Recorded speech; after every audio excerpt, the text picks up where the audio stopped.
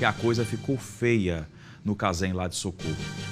Só essa semana, 2 internos foram flagrados com celular e um agente penitenciário foi agredido por um grupo. Se isso já chama atenção, tem mais.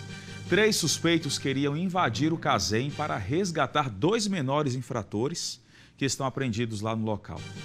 Por sorte, a ação foi descoberta, mas o trio conseguiu fugir. Deixaram para trás apenas a escada. Veja com Douglas Magalhães. Cazem, Comunidade de Atendimento Socioeducativo Masculino. Este é um órgão da Fundação Renascer do Governo do Estado para acolher menores infratores. Mas aqui também existem maiores de idade. Eles chegam menores e atingem a maioridade e terminam cumprindo a pena. Aqui dentro vem acontecendo algumas coisas que carecem de explicação. Semana passada, 2 internos foram flagrados com telefones celulares e foram levados para a delegacia plantonista. Ontem à noite aconteceu que 5 internos agrediram agentes de segurança com barras de ferro e também com extintores. O caso também foi parar lá na delegacia plantonista para tomar as devidas providências. A Fundação Renascer emitiu uma nota hoje que fala sobre o assunto e as providências que estão sendo tomadas no sentido de resolver os problemas aqui no Cazem. E também relata uma história que na terça-feira à noite, pessoas tentaram entrar aqui no Cazem colocando uma escada de alumínio, mas houve a intervenção dos agentes e também da polícia. Estas pessoas fugiram, deixando a escada de alumínio aqui no Cazem, mas a placa do carro, a cor, a marca, tudo isso foi devidamente anotado para que a polícia tome as devidas providências. Investigações estão sendo feitas, diz a nota emitida pela Fundação Renascer. Nós vamos tentar um contato com a direção aqui do Cazem para que possa dar explicações sobre esses fatos que estão acontecendo aqui nesta unidade. Quem vai falar com a gente sobre o assunto é o Carlos Viana, da Fundação Renascer. Ele é o diretor operacional. O que está acontecendo aqui? Na verdade, Douglas, o que aconteceu foi uma tentativa de fuga, né? Na terça-feira houve uma tentativa de invasão por parte de 3 elementos que, segundo a comunidade aqui atrás da unidade, né, tentaram colocar uma escada para poder invadir a unidade e tentar resgatar 2 adolescentes, que inclusive já foram transferidos da unidade. Como isso foi frustrado pelos nossos funcionários, né, os monitores e socioeducadores que trabalham aqui nas unidades, o diretor também participou desse processo, o diretor da unidade, Rodrigo, que é um agente de segurança. Eles conseguiram frustrar essa ação desses caras que tentaram invadir. Ontem fomos surpreendidos com a tentativa de fuga por parte de alguns adolescentes que também acreditávamos estar envolvidos nessa tentativa de invasão, né? Que ocorreu aqui na terça-feira. Então, esses adolescentes tentaram evadir, conseguiram quebrar uma barra de ferro em um dos quartos das casas que a gente tem aqui, né? Há umas barras que servem para aqueles banheiros PCD, né? Para portadores deficientes, né?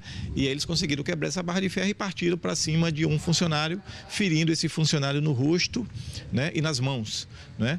E aí correram para outra casa para tentar abrir uma outra casa e tirar outros adolescentes, mas foram bem contidos pelos funcionários que agiram muito rápido, né? E conseguiram conter toda a situação sem mais prejuízo, sem fuga, sem problema algum. Depois fizemos todos os encaminhamentos, encaminhamos para a delegacia e vamos dar sequência agora a um processo de sindicância e ao inquérito policial também, que vai rodar em comitante ao nosso inquérito. O senhor acha que isso é um interesse externo, né, nessas questões que estão sendo registradas ou é a rigidez da casa? Não, eu tenho muita responsabilidade com informação. Eu estou fazendo medida socioeducativa há 20 anos. Por mais que o lugar seja bonito, por mais que o lugar seja que se tenha bom tratamento, né? Você pode ter certeza, ninguém quer ficar em privação de liberdade, né? Então há picos, há momentos em que o adolescente não está sabendo lidar com aquele momento de privação e ele quer fugir, né? Isso, eu tenho uma experiência já de 20 anos trabalhando com isso, em unidades inclusive com piscina, com academia, muito bonitas, com um tratamento ótimo e sempre de vez em quando tem uma tentativa de fuga ou não, né? A gente deve entender que nenhum sujeito em privação de liberdade se acomoda com a condição de privação de liberdade. Então é natural do processo, é natural natural do trabalho e cabe a gente que está aqui fazer o trabalho como foi muito bem feito pelos funcionários da unidade. Quero aproveitar, inclusive, para parabenizá-los, todos os monitores, socioeducadores, inclusive também o diretor da unidade. Eles reclamavam muito lá do Senan por causa das condições que não eram das melhores. Vieram para aqui, a comparação aqui é um hotel 5 estrelas. Sim. A gente também não pode desprezar a ideia de que sempre no meio de um grupo há aqueles mais resistentes, né? Há aqueles que não aderem à proposta de trabalho. Aqui é uma estrutura muito bonita, se vocês quiserem conhecer a unidade, a gente pode marcar um outro momento para vir conhecer a unidade, enfim. Mas há sempre aquele adolescente que não entende a privação da liberdade. Então, e na questão da tentativa de resgate, aí a polícia já está trabalhando nisso? Sim, a gente fez todos os encaminhamentos para a delegacia e a Polícia Civil, como sempre, que nos dá o maior apoio aqui, né? Toda vez que a gente leva para a delegacia plantonista, o pessoal dá o maior apoio e já está trabalhando no intuito de tentar identificar quem são esses sujeitos. Agora, Viana, o local onde eles colocaram a escada, eles teriam acesso? Eles teriam acesso, eles foram por trás aqui da unidade, né? Que aqui tem uma invasão aqui, né? Uma ocupação, na verdade, não é invasão, uma ocupação. E aí eles entraram aqui com um carro e colocaram uma escada grande, parece que até uma escada de pintor, que a escada está toda pintada, e tentaram botar essa escada para dentro da unidade que dá para o fundo de uma das casas. Só que ainda tem um alambrado. Vamos ser didática, as casas é como se fosse uma penitenciária, seria uma cela, mas aqui são chamadas de casas. Casas são chamadas de casas. Né? Certo. Então eles iam colocar no fundo de uma casa. No fundo de uma casa. Só que o funcionário viu e pediu apoio, chamou mais funcionários, foi quando ele caiu lá de cima do muro, o cara, pro outro lado e fugiu. A polícia está trabalhando. Está trabalhando para poder resolver. Tá bom, então muito obrigado. Obrigado a você também. Tá aí, coisa à disposição. Tá bom, então. Também nós estaremos à sua disposição. Se não quer que a notícia seja divulgada, não deixe que o fato aconteça. Douglas Magalhães aqui do Cazem, Nossa Senhora do Socorro. Ao meu ver, coronel, não é a estrutura que vai mudar o pensamento dessa garotada que já se enfiou no mundo do crime muito cedo. Até porque essas pessoas que estão no crime e são menores de idade, elas foram basicamente criadas no crime. São filhos de criminosos, pessoas que conviveram com essa questão delituosa, e isso acaba sendo incorporada como um aprendizado de vida, porque a infância é a base de muita coisa da vida adulta. E aí não adianta ter uma piscina, não adianta ter uma estrutura bonita, se o trabalho a ser realizado, eu não estou dizendo que está sendo feito um trabalho ruim, mas ele precisa melhorar. Melhorar em que sentido? Tem educação de que forma para esse povo? Tem qualificação profissional para essa garotada que está aí, com 14 anos, com 15 anos, que só pensa em besteira e só pensa em se dar bem? Porque tráfico, roubo, isso é muito fácil, mas a vida é curta.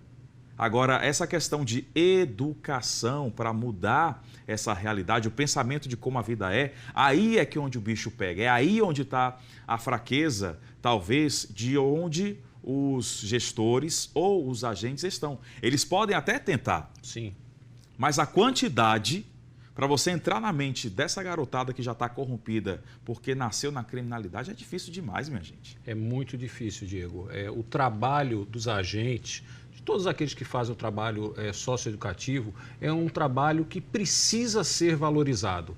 Esses profissionais são as únicas linhas existentes entre o jovem infrator e a sociedade. Precisa se valorizar mais, precisa se equipar mais, porque eles têm que realizar as suas atividades com o mínimo de equipamentos de proteção individuais. Por quê?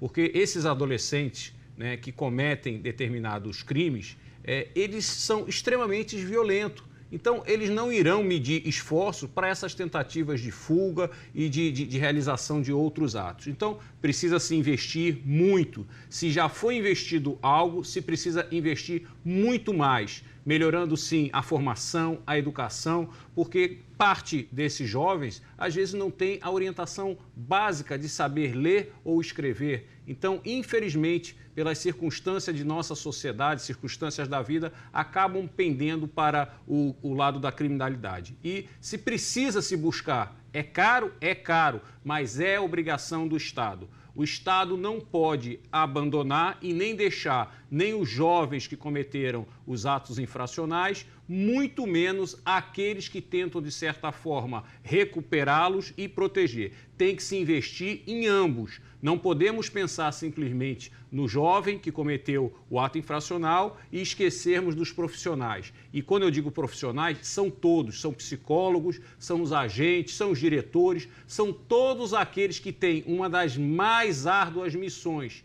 que é tentar transformar aquele que estava no lado do crime, no lado do cometimento de atos infracionais, para tentar trazê-lo novamente para o meio social. E é muito difícil, conforme Diego mesmo colocou, aquele que conviveu anos e anos e infelizmente só viu coisas ruins, viu tráfico de droga, roubos e da noite para o dia ou durante alguns meses tentar se fazer com que ele possa ser colocado dentro da sociedade. Precisa se investir muito mais do que é feito em Sergipe, para que tenhamos sim uma sociedade mais justa.